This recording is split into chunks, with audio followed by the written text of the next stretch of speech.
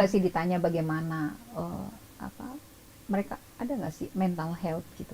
Mereka Karena di dalam sana kan terkurung gitu ya Bunda istilahnya ya. Mereka tuh ada nggak sih kayak mental health mereka itu maksudnya dari sipir atau dari pemerintah gitu untuk menyediakan layanan untuk memperbaiki mental mereka ketika di dalam lapas gitu. Ya itu makanya kan di lapas perempuan itu ada salon, ada mesin jahit, ada banyak lah maksudnya mereka bisa bikin baju, mereka bisa bikin pernak-pernik ya. Itu kegiatan mereka biar mereka nggak nggak stres, nggak bosen ya. Gitu ya kan. Ada kegiatan kan, terus ya Bunda. Ketika mereka tidak ada kegiatan, mereka pasti berpikir macam-macam. Benar. Nah, saya ngobrol dengan mereka itu sampai saya dikutekin di manicure ya, di manicure. 1 jam saya dipasangin kutek tuh. Gitu. Dan keahlian mereka udah jago ya. Jago ketika mereka, dan banyak juga maksudnya pesanan ya dari luar gitu. Nah, makanya kadang gini, ketika pemerintah daerah harus support mereka. Nah, pemerintah daerah support mereka gini, ketika mereka bikin tas, cakep-cakep tasnya. Aksesoris ya, aku pernah lihat loh Bunda, ada yang aksesoris gitu sepatu, dibuat. Baju. Nah, cuma kan mereka kadang agak sulit untuk memasarkan. Oh iya. Nah, harusnya pemerintah daerah membantu mereka memasarkan itu seperti UMKM. Iya, kan jadi itu. disalurkan ya. Bisa juga kan Kementerian UMKM ya membantu mereka untuk menyalurkan itu ke daerah-daerah gitu loh. Jadi perempuan Tangguh Nusantara ini tuh berfungsi untuk itu nggak sih? Kan kalau ada produk nih dari lapas perempuan gitu loh, mau nggak sih punya pemikiran ke depan nggak nih buat ambil memasarkan barang-barang itu gitu loh. Itu sangat kami pikirkan. Seperti ketika kemarin kami mengadakan satu acara dan kami meminta dikirim roti dari lapas hasil produksi lapas, dan di situ ditulis dari lapas gitu kan. Nah, saya kasih ke teman-teman ya kan. Teman-teman, wih enak ya ternyata gitu loh. Dan mereka steril loh, bersih mereka cara buatnya. Karena saya memang menyaksikan langsung dan kadang saya nyoba langsung di situ. Dan enak ya Bunda, enak ya. Itu tidak kalah dengan mungkin mau nanti sponsor. Nanti saya kirim ya. Bunda berarti di lapas perempuan ini selain ke perempuan itu juga sering ke lapas anak juga Bunda? Lapas anak, lapas perempuan sama. Lapas biasa, maksudnya kalau lapas biasa tuh lapas rutan yang kebanyakan WBP-nya laki-laki ya. Kalau kayak di rutan Depok kan itu ada perempuan ada mungkin sekitar berapa orang gitu ya, 40 orang ya. Dan sisanya itu laki-laki. Tapi kalau kayak di Salemba, di lapas narkotika itu kan semuanya laki-laki. Laki-laki. Ya. Dan lapas perempuan di mana sih?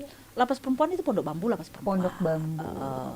Di Sumatera Selatan ada lapas, semua ada lapas perempuan. Di Bali ada lapas perempuan. Saya udah ke Bali, Sulawesi Tengah, Sulawesi Tenggara, Riau, Palembang, Maluku Utara, Sabang sampai Merauke hampir semua ya. Udah dimasukin sama Bunda. Dan kalau di Salemba ya, yang perempuan itu berapa ini sih? Mereka dihukum itu berapa tahun? Kalau di Salemba itu nggak ada perempuan. Itu yang umum ya berarti ya? Pondok Bambu. Pondok Bambu, sorry. Ya. Pondok Bambu sama Tangerang ya. Tangerang itu ada lapas perempuan, Tangerang. Banyak artis, banyak pejabat. Nah, ini yang mau kita tanya. Ini yang mau kita tanya. Ini kalau pertanyaan titipan sebenarnya. Kalau tipikor itu kayak korupsi itu biasanya di Sukamiskin ya. Itu. Nah, itu jadi tokoh artis lapas Sukamiskin, tapi yang ada di dalam situ kaya. Duitnya lebih banyak ya dari kita kayaknya ya.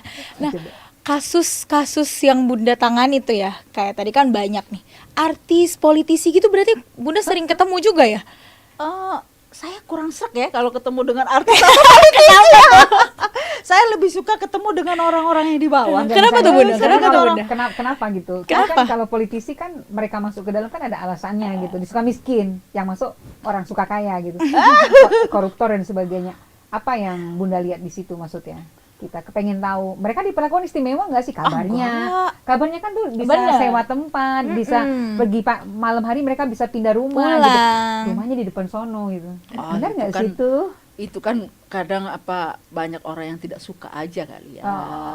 Dan mengarang-arang cerita. Jadi nggak benar tuh. Oh enggak ya. Yakin tuh ya? Saya nggak dibayar ini loh. Aja ya. Saya nggak dibayar, jadi saya tidak perlu membela mereka kan. Benar. Kalau artis nih, kalau artis kan biasanya masuk ke sana nggak ada istimewa, sama aja ya. Sama aja. Saya pernah dengar kalau Niki ya. Oh iya. Niki. Siapa? Nikita Mirzani. Sama kok, gua nggak diistimewakan, dia bilang gitu. Iya, benar berarti ya. Semua kok sama. Nah kalau koruptor gimana, istimewa nggak sih? Enggak juga, malah koruptor tuh kadang agak ini ya, orang kadang males ngelihat mereka. Kayak Bunda juga males lihatnya ya. Apa ada semacam sikap seperti itu kalau mereka masuk ke dalam gitu? Iya, karena kadang kalau koruptor kan kadang mentang-mentang banyak duit, ada sombong ya. Di penjara juga sombong mereka. Masih sombong kadang. Oh my god. Karena keluar mungkin, karena ketika keluar mereka masih kaya.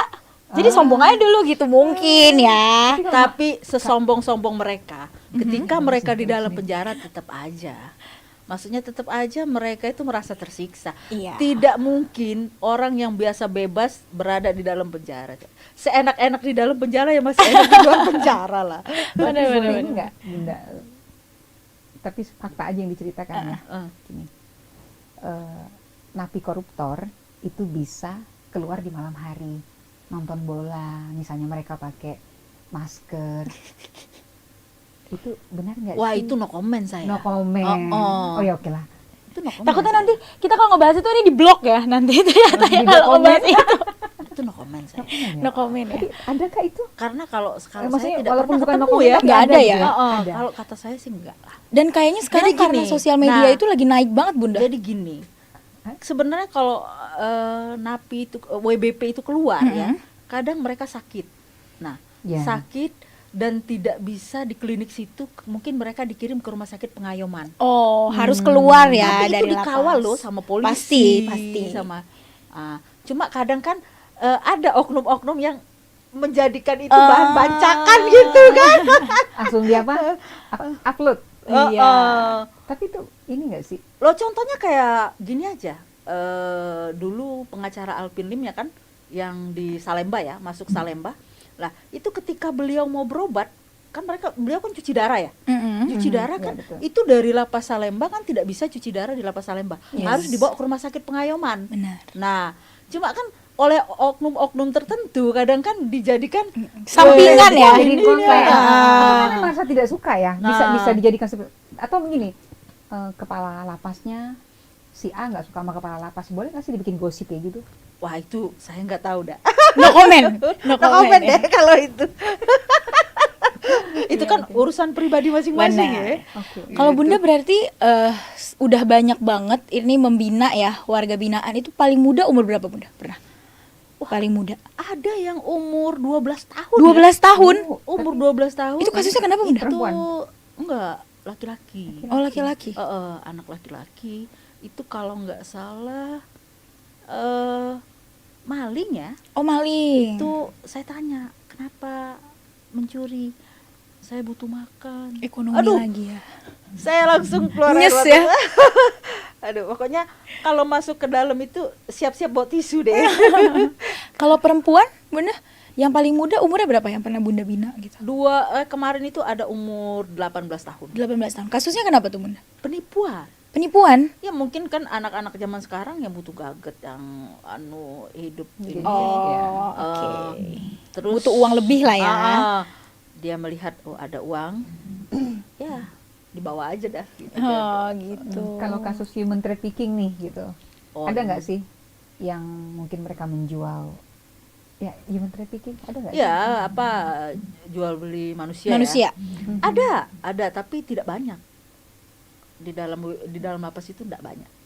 Kalau masalah human trafficking ya. Ini, oke. Aku pengen nanya, mungkin planning ke depan perempuan Tangguh Nusantara. Ada nggak sih kalau kan mereka yang di bawah umur lalu mereka ada di penjara itu karena faktor ekonomi gitu?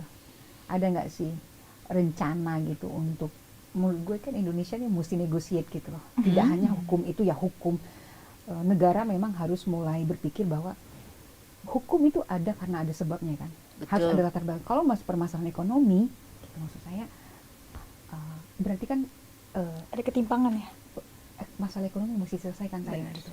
Menurut saya, apakah perempuan Tangguh Nusantara ini memiliki mission ke depan seperti itu? Artinya kan kalau yang nggak perlu-perlu banget ya, dipotong, kesampingkan masa tahanan gitu. Potong masa tahanan. Kita memiliki sistem yang berbeda, memandang hukum itu bukan sebagai sebagai bikin orang depresi dan stres, tapi hukum itu kan sebenarnya lebih efek jerah.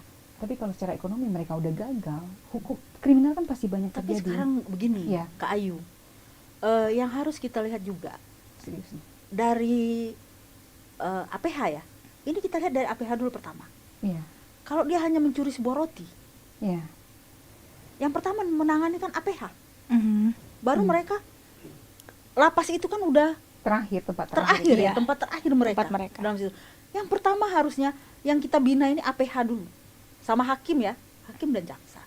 Ketika mereka hanya mencuri roti karena lapar, karena perut lapar, mereka maling roti sebiji, terus dilaporkan ke polisi tanpa babi bu, langsung diproses, langsung dipenjara abis itu ya Bunda. Jadi harusnya APH, hakim, jaksa itu memakai hati nurani. Nah, mau nggak sih perempuan Tangguh Nusantara bersuara tentang ini gitu? Pasti. Jadi Indonesia tuh memiliki pola yang berbeda menangani kasus hukum gitu loh. Dan mungkin saya paling keras ya kalau berbicara gitu ya. Iya. Gitu loh. Ada nggak misi itu gitu di perempuan Tangguh Nusantara ini? Jadi kita nih yang perempuan ini kayak para ibu ya, menitipkan pesan kepada perempuan Tangguh Nusantara bahwa hukum, kalau memang permasalahan ekonomi, kenapa harus dihukum ya dan berlama-lama banget? Nah gitu itu makanya dibilang hukum itu harus memakai hati nurani sebenarnya. Atau pakai kasih hati. Kasih hati sesuai dengan nama saya gitu kan. Iya. Kalau saya terlalu banyak mengasihi kayaknya sih. Karena sebagai perempuan tapi benar Bunda, kita harus pakai hati dulu ya. Maksudnya kalau misalnya karena kayak tadi Bunda bilang mencuri sebuah roti ya, dan dia di penjara ternyata lama, which is itu karena dia kelaparan, dia udah nggak tahu mau gimana gitu. Yang tadi kan kita dengar tadi ada kayak kriminal, kayak human trafficking. Yes. Mereka mencuri, membunuh suaminya, itu mesti direview. Jadi kita titip nih di perempuan Tangguh Nusantara ini itu mereview berbagai macam hal tentang hukum, dan itu kan mesti berkumpul nih, kayak dari kepolisian, dari Kapolri, mungkin dari lembaga lapas, sama kejaksaan ya. Jadi hukum itu bukan untuk mematikan, tapi hukum itu untuk memberi menurut gue sih kekuatan baru, mereka bisa hidup gitu. Bukan mereka keluar nanti jadi apa coba? Nggak ada jadi apa kan, stigma masyarakat jadi negatif kan? Kayaknya Ayu nih udah bisa jadi apa Mbak Ayu mau ikut apa? Masuk ke perempuan Tangguh Nusantara ya? Bisa, Mbak Ayu cocok banget masuk ke situ. Keberanian perempuan Tangguh Nusantara bisa menyuarakan keresahan perempuan ya. Jadi dalam satu pertemuan